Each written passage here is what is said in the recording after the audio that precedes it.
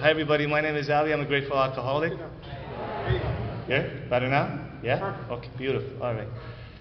Wow, what a beautiful crowd. Thank you so much for your hospitality. What a beautiful spaghetti. Congratulations, Jane. Yay! Yay! All right now.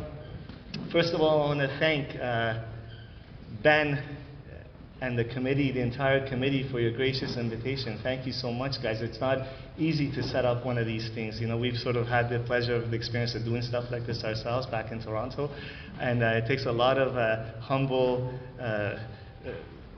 quiet service in the background, let's say, you know? So can we just please give a big hand of applause to the committee there?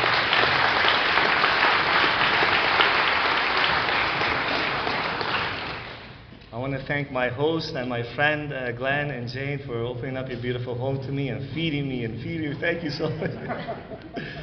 Thank you so much. And my friend Phil, nice to see you, brother, in person. I want to thank the long-timers, the old-timers. I appreciate you guys very much. The second tradition, I think, in the 12 and 12 talks about there is some leadership in AA, and that's the long-timer, the elder statesperson, right? The reason I'm so grateful for you is because I wasn't one of those people that got this program right away. I was in and out for 7 years, dying, man, in the depths of despair of the disease of alcoholism. And I was a long-timer and the old-timers. I was standing in front of these rooms with the beautiful smiling faces. Come on back, it's okay, Ali. Come on, have a seat, grab a cup of coffee. Welcome back. I remember you. I remember you driving me from detox to detox to detox. I remember you driving from meeting to meeting. I remember you buying groceries because I had spent all my rent money and my food money. My fridge was empty. I remember you buying me groceries and walking the bags home. You guys practice principles in your affairs, and you practice these 12 steps in your lives long before I knew what the 12 steps in the big book was. I believe that's so important.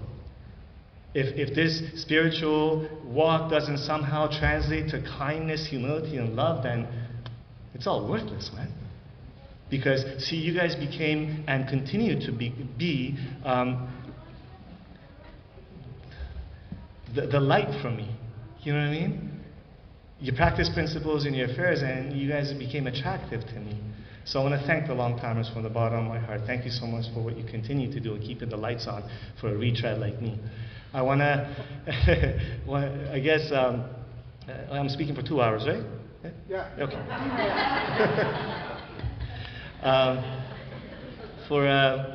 And what the long-timers have taught me is that when I get an opportunity to come here and serve in this manner in Alcoholics Anonymous, what they've taught me is that I'm not here to teach anybody anything. I'm not here to tell you what to do. I'm just here to share with you my experience. In fact, when I'm on the beam, when I'm really on the beam, right, when I'm present to this power and plugged in, what I realize is that I'm just a spoke in this wheel. I'm a speck among specks. I'm just a grain of sand in the shore that's next to the ocean of God. Just a grain of sand. No better than, no worse than, just the same as, you know? Just the same as. I was separated from alcohol January the 4th of 2012. I haven't left you guys. I've been with you guys since then in the middle of the circle and triangle, living a beautiful life, living a juicy life, man, but not a perfect life. A life filled with a deep sense of meaning and purpose. I believe that's so much more important than just chasing happiness, because that's what I did my entire life. Happiness, happiness. What's for me? What's in it for me? What can you do for me? You know what I mean? It's a purposeful life. That's a different kind of walk, right? And the disease of alcoholism, the dis-ease of alcoholism, cunning, baffling, and powerful. What happened was that I was coming up to 5 years sobriety. In 2016, for a year previous to that, it started to talk to me and tell me that this life and this program is about sounding good and looking good, and number of speaking engagements, a number of sponsees, and the car you drive, and the you know. And it started to tell me that I cannot share with you when I'm broken and feeling like I'm afraid and I'm sad, because it's an image to uphold in Alcoholics Anonymous. That's what it started to tell me, you know, right? I give somebody like me, who's my entire life I felt like I'm not good enough, you know, allow me to access a power that gives me this beautiful life. You know what I do with that power? I take ownership of it. Forget about God, it's all me. It's all me, right? That's what happened. So for about a year, I stopped sharing myself honestly with you guys. I'm not talking about like airing dirty laundry at meetings. I mean, you know, I'm talking at least with my sponsor and the sponsee brothers around me, right? So this disease of alcoholism waits patiently. It doesn't come at me as a drink anymore. That's too easy. It comes from the back door, diagonally, sits on my shoulders patiently and waits. And it waited till my wife went to have some minor, actually sober 12 and a half years, she's been with us, my wife. She went to have some minor surgery, and the doctor gave her Percocets, like painkillers, narcotics to come home with, right? And you know what this disease told me? You never had a problem with pills. You're an alcoholic. Take a couple. So I took a couple. And I renewed my dry date the next day. So my official sobriety is September the 8th of 2016. I renewed my dry date. And I'm so grateful because I like to share that sometimes because it makes me present to some two very important facts, truths in my life in alcoholics. And one is that how cunning, baffling this illness is, right? And the second one is I had my own version of, you know, there's a line in the big book, it says we couldn't drink even if we would. The fact that I didn't keep taking those pills, I would be drinking and dying right now if I didn't come honest with you guys. You know what I mean? So I believe that's an important experience for me to share. I know a few people that they have been separated from alcohol, but you know that kind of stuff is part of the story. They end up drinking and dying. You know, so I'm grateful that I got a chance to stay with you guys. All right, well we're gonna get going. Don't you worry. If you haven't had a chance to read the letters between Dr. Carl Jung and Bill Wilson, please search it on the internet if you're a new friend or newly back, okay? So I'm not going to go into the whole history of it, but Dr. Carl Jung, he was as big as Sigmund Freud. Everyone knows Freud, but not as many people know Jung, right? They were contemporaries. So Carl Jung, I'm not going into the story of it, but he ignited the spark that's eventually domino effect Alcoholics Anonymous started. Okay? So 15 years after the inception of AA, Bill Wilson writes some letters to Carl Jung and basically thanks him for this, right? And Carl Jung wrote a letter back, and I'm paraphrasing, so something to the effect of, he tried to help a lot of hopeless alcoholics. He wasn't able to. He said, from my experience, the alcoholics of your variety have always been in search of a relationship with Spirit, with God. Except they found it in the Spirit, in the bottle, right? So I totally relate to that, because my entire life, I've always yearned and sought a relationship with God. With the way I describe my God experience is with love, to be in love, to be a part of, to have peace in my heart. That's a God experience. I've always sought that. Whether it was approval of kids in the neighborhood or extended family members, love of parents, accolades in school, when I was able to get a job when I got older, put some money in my pocket, a girlfriend, relationship or two, a car or two. But see, the thing is, those things never filled. Only for a period of time.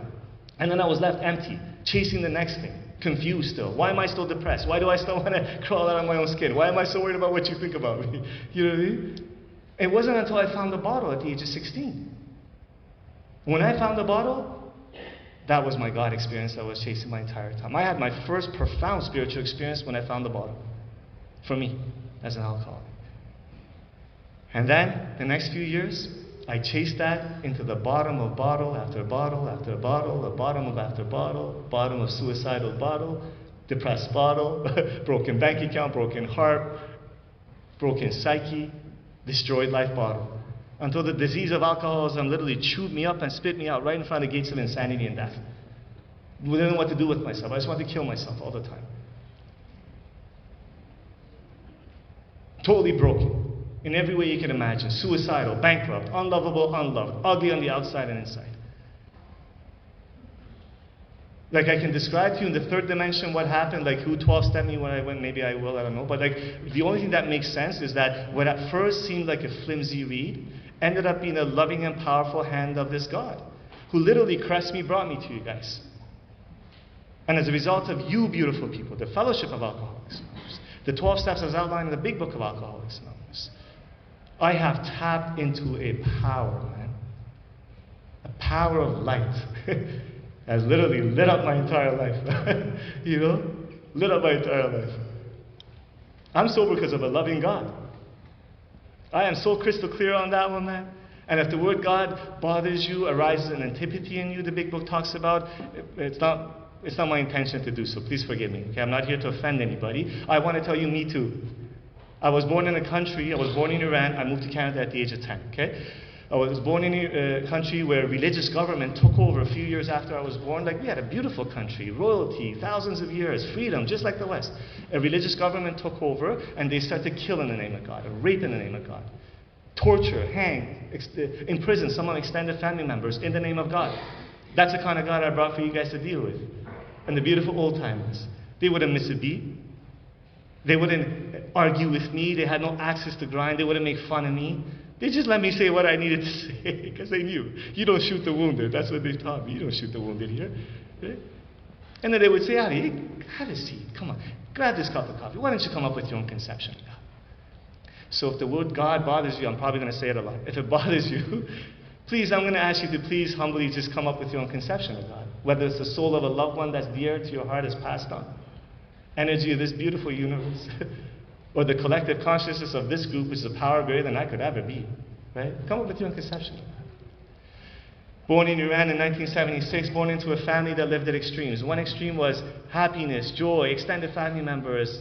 Just beautiful, man. I had a good childhood too. The other extreme was chaos, terror.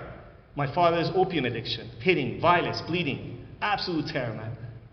Opium is the kind of drug that when you have it, you're good, but when you don't have it, you're a monster. Okay? Opiates are usually like that. I was always afraid as a kid. I didn't know like which dad I'm going to wake up to, which family I'm going to wake up to, right?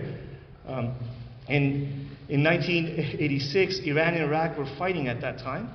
At that time, they were fighting since 81, but the first few years it was in the border cities. Around 85, 86, they started to bomb each other's capital cities. So we were bombing Baghdad and they were bombing Tehran, where we live, right? The first bomb Saddam Hussein at that time dropped in Tehran was within a few kilometers of our house.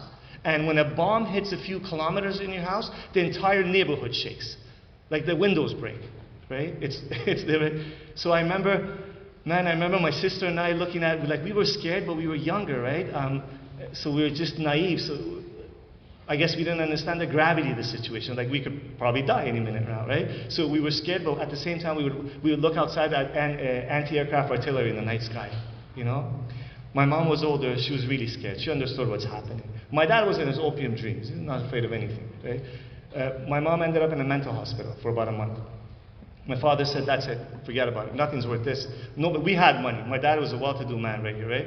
We didn't come to the West for money. He locked up the house, nobody would trade in real estate, he sold the car, gathered all the money that he could possibly gather, and then we came to Canada. Within 4 months of deciding, but for the grace of a loving God, we ended up in Canada. Okay. A lot of other people escaping from Iran, it was just horrible, man. So, but for the grace of a loving God. We land in this beautiful country. My experience as being a Canadian Iranian, I've been there 36 years. I'm a Canadian Iranian, whatever. Maybe it's better to say I'm just a human being in the human race, right? Forget about nationalities, right? But my experience in Canada, we just met a lot of kind, loving people. Just good people, open-minded. Freedom of religion and freedom of speech and opportunity, you know? And you would think that someone like me coming from a war zone and an oppressed society, I would be happy and ecstatic. But that wasn't the case for me. At the age of 10, see, my father's addiction followed us here. The violence follows, the hitting followed us here. And then more, I believe, this day, today, how I look at it, more important, maybe more relative to my story, my brain followed me here. My brain followed me, right? Pre-drink, not an alcoholic yet. I have to have a drink. I have a problem with it, right? But let's say the isms of alcoholism followed me here pre-drink, right? They were brewing. And this disease in my head, what it continued to do is that cherry-pick evidence in my life why I'm not enough, why you're not okay, why you're always going to be a loser. Your dad beat you, you look different than everybody else, he's an addict, they make fun of you, you don't speak a word of English, you're not enough, you're not enough, you're not enough, right? For years I did that. I blamed the outside for my inside, internal condition. I don't do that anymore though. See, because when I woke up in the program a few years later, like spiritually woke up through the steps, I got to see my younger sister. She's about 5 years younger than me. She pretty much went through the same trauma in life as me, pretty much, right? Not an alcoholic, not an addict. My sister, listen, I mean, any child that goes through trauma in life is going to be wounded. In fact, I don't know a human being that's not wounded to some degree, right? But here's the thing. My sister, drugs and alcohol hurt her life. You know what she did when it got really bad? Put it down, walked away. Imagine that. That's all she had to do. Like, obviously she had to go to a therapist and you have to get a solution, you know. Put it down, walked away. I don't have to tell you how many therapists I've been to, how many psychologists I've been to, right? And then I would meet some of you beautiful people in these rooms, some of you kind people that you would share from the thread that seems to go through all of our stories, that despite what some of you would share, despite my Leave It to Beaver lives for our younger audience, dating, there was a perfect family. It was some kind of show in the 60s. I saw the reruns when I came to Canada, right? Leave It to Beaver lives. You would tell me about your perfect lives. Wealthy parents, ski trips, private school, nobody hit anybody. By the way, that was a surprise to me. You're not supposed to hit other people. I didn't know that. I thought everybody hits you. At home, sure you do. You hit everybody, right? Despite your perfect life, you would sit down and say, Ali, you know what? But here's the thing. I get how your childhood was, but I had a beautiful childhood. And I'm still an alcoholic. Because I still felt like I wasn't enough. And alcohol treated that. That's why I'm an alcoholic. Because of the effect produced by alcohol. The big book talks about people drink because of the effect produced by alcohol. But me as an alcoholic, the effect produced by alcohol is so immense. It fills that God-sized hole to such a degree, that I chased it to the gates of insanity and death for about 5 years after it stopped working for me. For our newer friends, what that looks like is this. For the last 5 years of my drinking, I would drink as much as I could into oblivion. My body's drunk. I can't walk straight, but my mind's still racing. I still want to kill myself. I used to treat that. What happened? 5 years, imagine that. Cunning, baffling, and powerful, eh? Cunning, baffling, and powerful. Every part of this illness. Okay, let me tell you a little bit general thing, just generally. I started drinking at the age of 16. Okay, not a big drunk a lot, just generally, in a general way.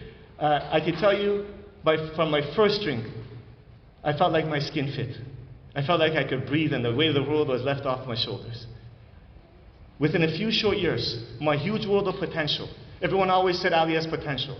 From Olympic karting games for a sport I was heavily involved in, or university, whatever, Ali has potential, right?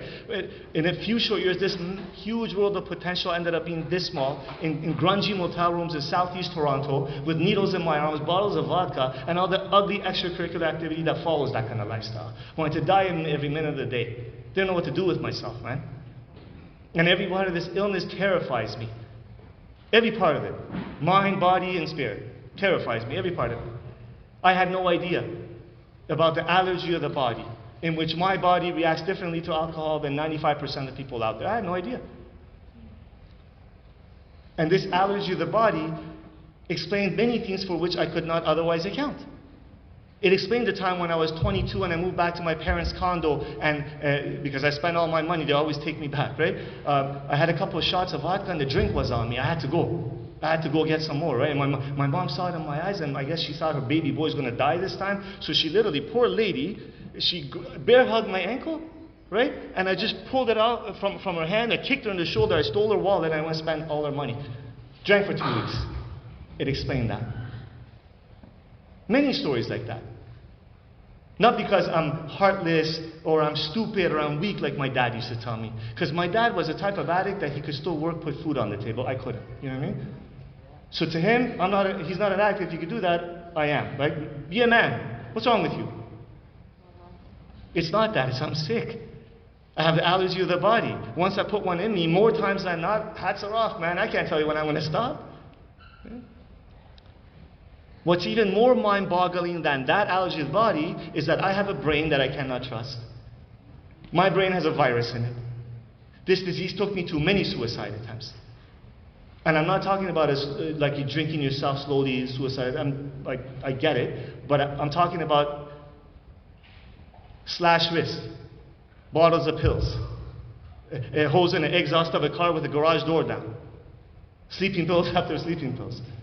And after every single psych room visit, after every single emergency room visit, there's some kind of loved one around me, usually my mother, crying, begging me not to do this anymore. Don't drink anymore.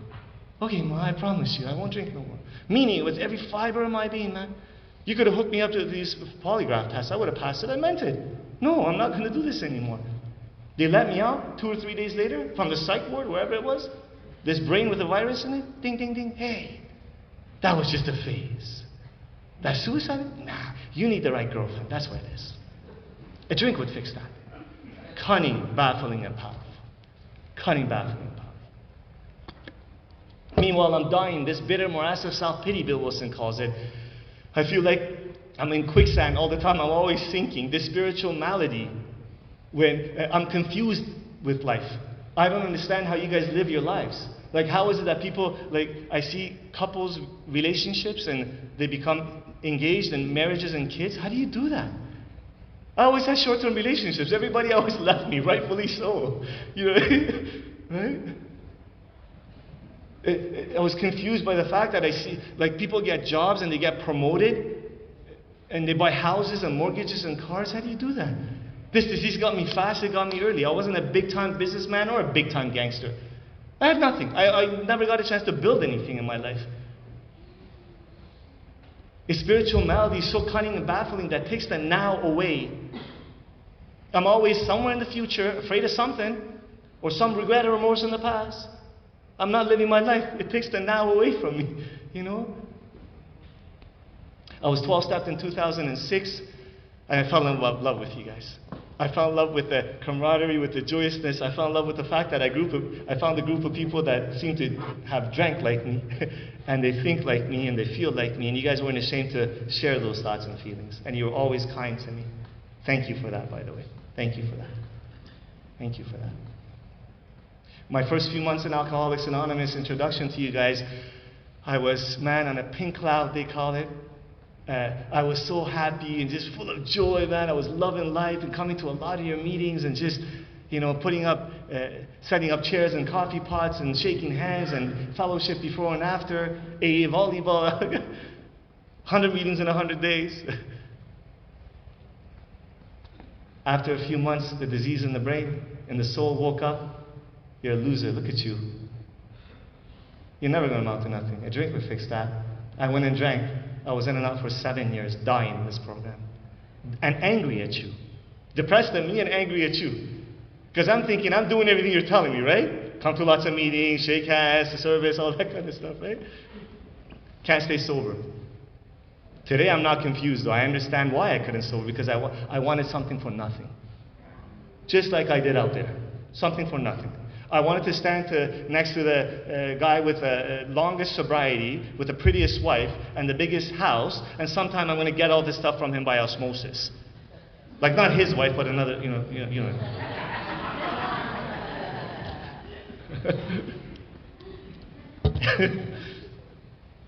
Right?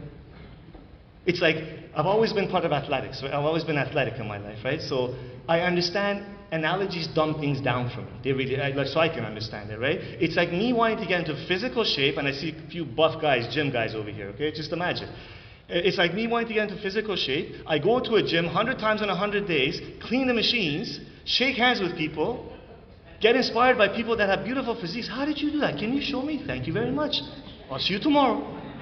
90 times in 90 days. Imagine that. I'm not getting into physical shape. Okay, for sure I have to go to a gym, but I gotta lift the weights, I gotta jump on the track. In this spiritual gym, right? All those things, integral part of my recovery. Are you kidding me? Home group, meetings, service, but all of them point to something. They point to the 12 steps. I missed the boat on this 12 steps for 7 years. Or I would pick and choose what I wanted to do and argue with you about it. That you're doing it wrong. I'm drinking, you're sober, you're doing it wrong. Alcoholics Anonymous. My sponsor, Butch, oh, he's such a beautiful man. He makes me laugh. He goes, Ali, AA is the greatest show on earth, man. You can't make this stuff up. He's right. He's right. He's right. He's right. Man. My last drunk wasn't as bad as the 50 before then. I was renting a room in a men's recovery home. And I was sober back in AA for 4 months, a lot of service work, a lot of meetings, no steps, right? I went and drank for one night, snuck out, snuck back in. I came into that room and I passed out. I came to an incredible amount of pain. I still remember, my joints were throbbing, my skin was hurting, you know, like when you have the flu and it's sensitive, it was hurting. My mind was racing, and the 4 horsemen came for a visit like they always used to come. And their host sounded really loud. And what they said was, you kill yourself, you loser. You're never going to amount to nothing. Enough of this crap. Well, why don't you take a drink? Something happened to me in that moment that was different than every other time before that. My knees got bent, and a prayer came out of me. I had prayed many times before that. What I'm telling you is that my knees got bent. A prayer came out of me. God, whoever you are, whatever you are, I don't know even if you are, but can you just help me not be like this anymore? Because I'm tired of this, man. Whatever this is, oof. Like, and when I talk about it, I can touch it. I don't want this anymore. How dark it is before the dawn. If you're hurting today, that was my dawn moment. The light started to shine. This loving power, man. After that prayer, you know what happened to me? I was still in a lot of pain. Didn't want to kill myself. Haven't had a drink since. Isn't that beautiful? This beautiful power caressed me and brought me back to the sacred rooms of Alcoholics Anonymous. He introduced me brought me back to you beautiful people. Introduced me to a new teacher. This teacher, Native Indian lady. She opened the big book of Alcoholics Anonymous with me. We started to go through it line by line. Just follow the black on the white and the blue book. Simple. When it said to identify with something, we would identify if I could. When it said to take an action, we would move forward until that action was taken. See, this big book, this beautiful sacred text, right there, yeah? It's a what, couple of inches thick, right? It's a couple of inches thick. Thank you. Couple of inches thick. But see, we can get a very smart English lit student to come and give a talk on this better than anyone in Alcoholics Anonymous. But it'll be empty. It'll be hollow. It'll be interesting, but we will be left unnourished inside the soul, right? The reason this book is so powerful, the reason this book is because it becomes thousands of kilometers deep, man, when one alcoholics pour their experience on it. So that's what this lady did for me. We opened the big book of Alcoholics, so we would read it, she would pour her experience on it, and I would lay my experience next to it. And all of a sudden, the big book became alive to me. And I started to be able to relate to 2 gentlemen, Bill Wilson and Dr. Bob Smith, who lived decades away from me, who couldn't be further unlike this who I was at the time, right? I started to be able to relate to them. Oh, you mean I'm like them? I'm an alcoholic? Then maybe all these long-timers, all these happy people at meetings, maybe they're not lying. maybe if I'm like them, then maybe I have a chance too. I just got to do what you do. We went through the inventory process, and for the first time in a long time, or ever, I was unplugged from the ego for a period of time. In the inventory process, what I saw was, I got freedom, man. What I saw was the fact that my entire life, it was as if like I was driving in, are we in Johnson City? Yeah? Close? Kingsport? Okay. Johnson City. I was driving in Johnson City with a map of Paris, France in my hands. Going down one ways, hitting people and getting into accidents. I'm pissed off at everybody else. I woke up. The fact that it's me. Everything that I'm complaining about, the jealousy, the hate, the fears, the better than, the less than, you did this. One comment denominator. You're looking at it right here. It was me.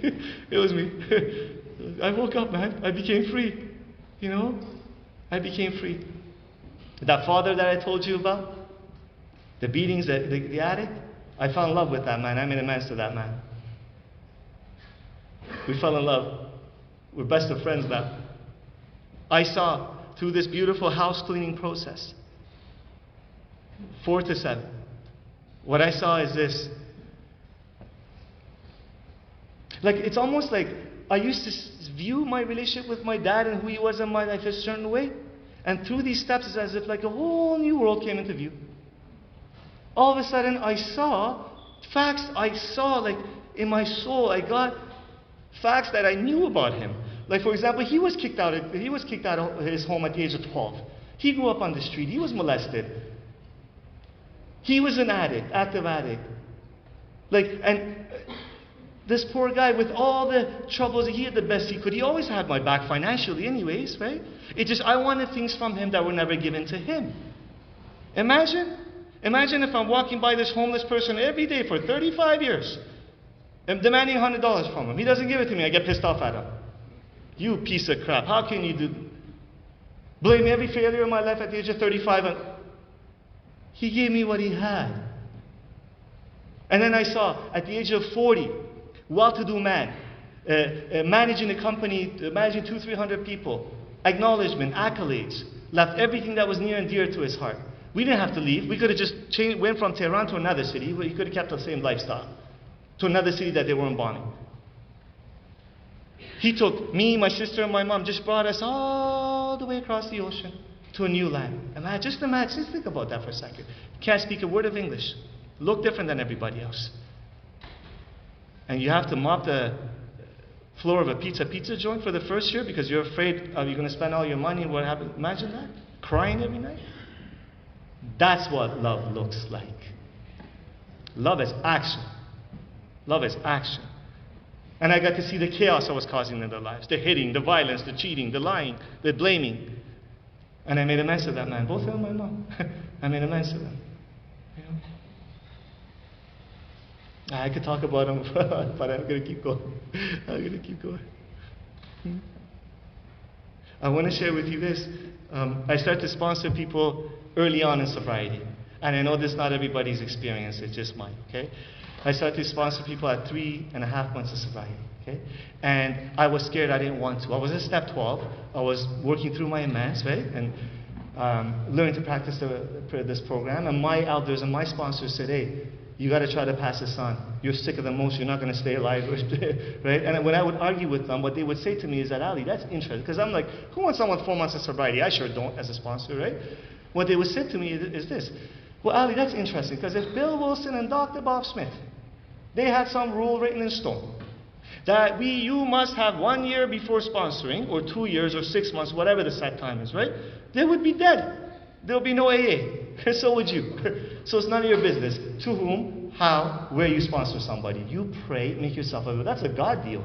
You pray, you make yourself available. So that's what I was doing. I used to pray in the morning, some childish prayer like, God, if you see fit, can you put a sponsor in my path because I don't want to drink and die, please. Beg you. And God in His infinite mercy, He had me chair a meeting at a men's shelter, this time visiting, not staying, you know. And these men, I would read 3 pages from the big book, scared, right? Self-conscious. And these men would share from the brokenness, the chaos, the tragedies of their current lives, right? And I would share the fact that, man, I haven't drank for 4 months.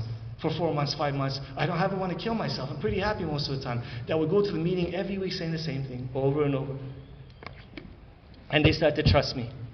They started to trust me. They would come to me after the meeting and say, hey, Ali, these 12 steps you talk, how do you do them? How can we stay sober like you? Well, okay, I can help you. So I would open the big book and I would go to the big book with them, right? And listen, I'm not sure if any of those gifts from God are sober today. And I like to think I'm a better sponsor today because I'm more life experience. Fine, okay, right? But here's the thing. This program didn't start because Bill Wilson was forcing people to get sober. He tried that for the first 6 months of his sobriety. He stayed sober, but AA didn't start. And if AA didn't start, I think probably he would have drank again, right? So what happened was that he was going to drink himself. Pacing back and forth in the Mayflower Hotel lobby, the drink called him. Business deal went down to the dumps, and then the spirit turned his gaze to the phone directory. A couple of phone calls later, meets Dr. Bob. It was supposed to be a 15-minute conversation, ended up being hours. It was as if like God grabbed 2 of his broken souls, Bill Wilson and Dr. Bob Smith, dropped them like pebbles in the pond of life, and waves started.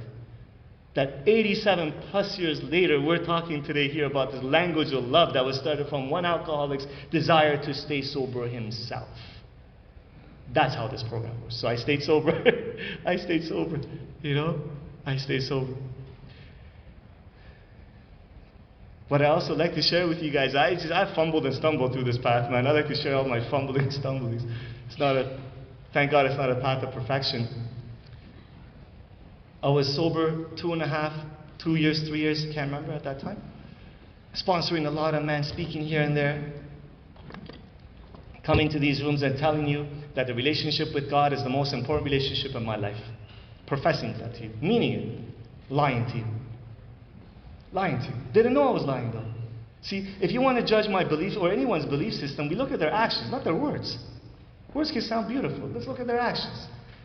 An old-timer that knew me, a messenger, didn't embarrass me, kindly pulled me aside after a meeting, had a relationship with me, right? And asked me to consider. He said, Ali, what other relationship in your life is important to you? My wife, Afsi? Okay. So I want you to consider this. If you give Afsi on a daily basis the amount of time that you're giving God on a daily basis, she'll divorce you. Still at 2-3 years in, quick little prayer in the morning, quick little shower prayer, out the door. And that's it. Okay? And please, if that's working for you, please don't let me rock the boat. That's not. But well, all I'm saying is that from my experience, right, this path, which is broad and roomy and beautiful, when I first step in, it starts getting narrower and narrower and narrower in a couple of different ways. One of the ways pertinent in this conversation is that I cannot get away with not doing what the big book suggests anymore.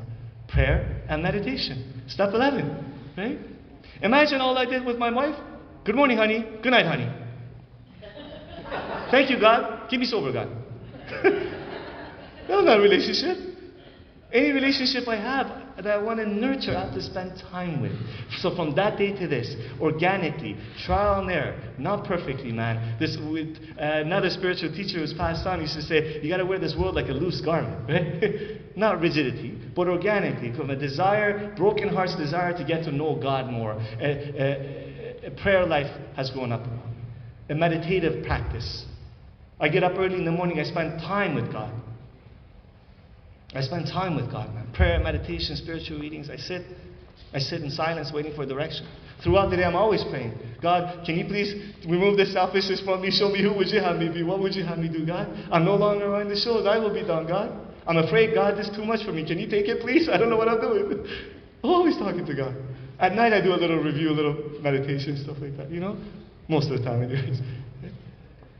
And words will never do justice when I try to describe to you the feeling of love and joy and peace that I have in my heart and my soul as a result of cultivating a relationship with this power through prayer and meditation.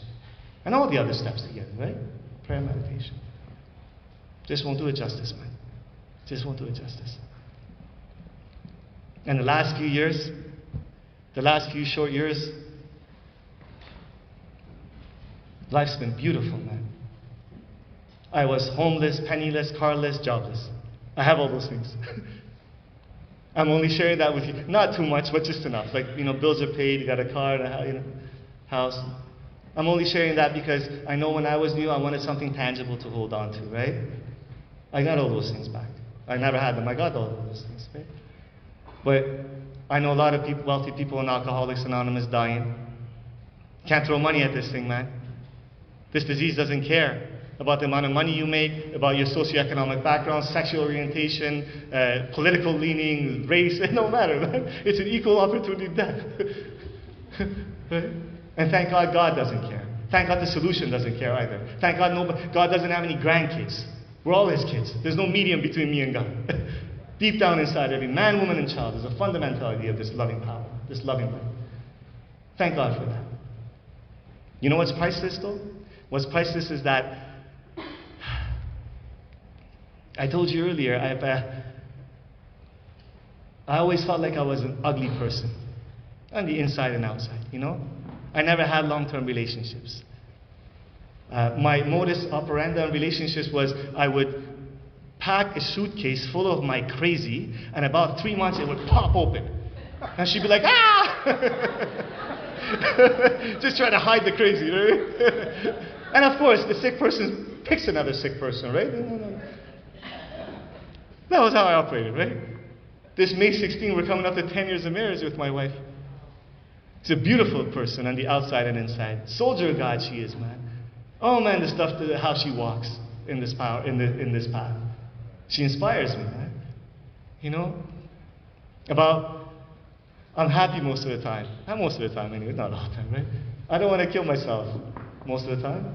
I don't want to kill you most of the time. And that's a good thing. Everybody wins on that one.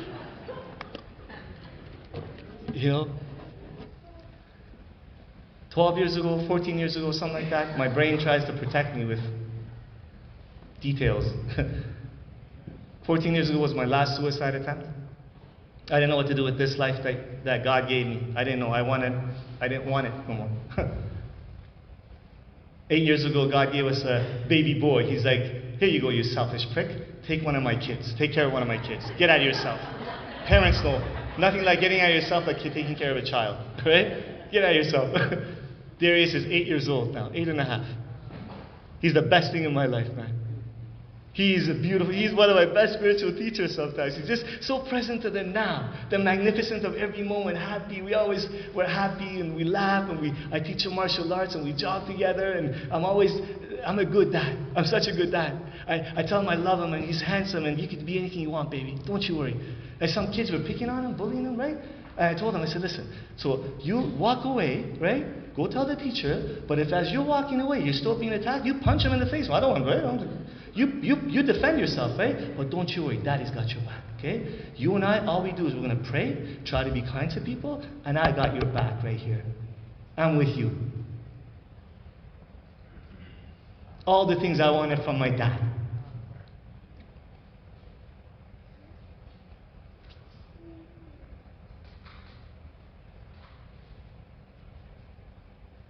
That he didn't have to give. Because of you, I get to pour it in my son. I'm a good dad because of you, not because of me.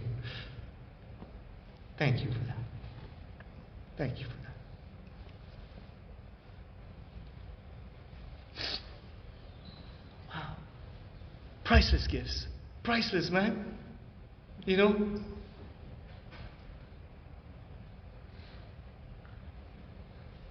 And I could sit here and talk hours about the gifts of Alcoholics Anonymous, and so could you.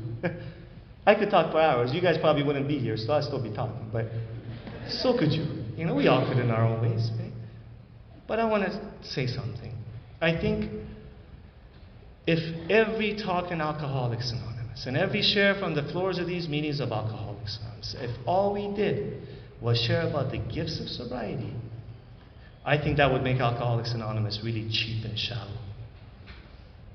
Because that would mean my serenity in my heart and my sobriety is dependent on a job and a money and a happy wife and a happy kid. That would mean my sobriety, my serenity is dependent on something external. As precious as that external thing is, it cannot be, man. It cannot be. This program is powerful because it's a path filled with a deep sense of meaning and purpose when life gets tough. And life gets tough sometimes. Life's in session. Life sometimes throws boulders at us. Curveballs, man. Didn't see that one coming.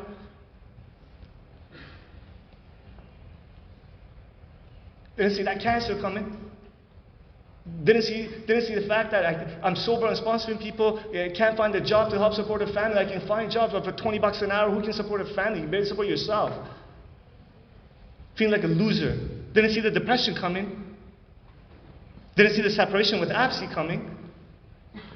Didn't see none of that stuff coming.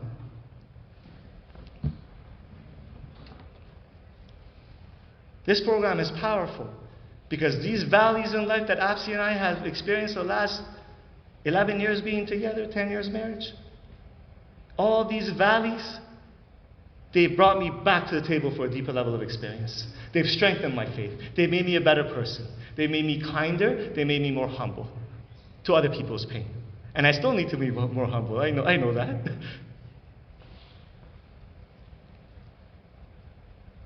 A loving God. That's what I'm in a relationship with.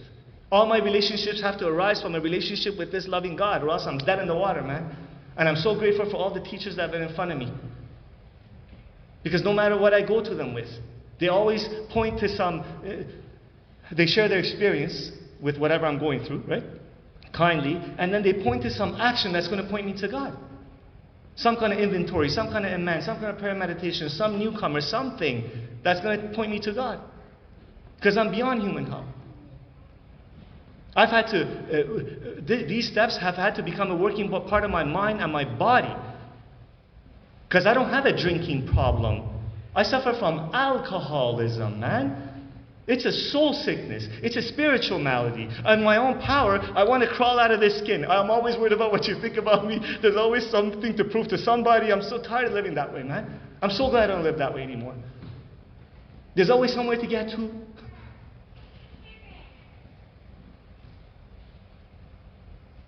I suffer from alcoholism. It's a soul sickness. It has two solutions. And it will demand a solution from me. Either I will drink or I will seek a relationship with Source. Two solutions. There's no middle of the road solution for me. For me. You know? If you're newly back, welcome back. Welcome to Alcoholics Anonymous.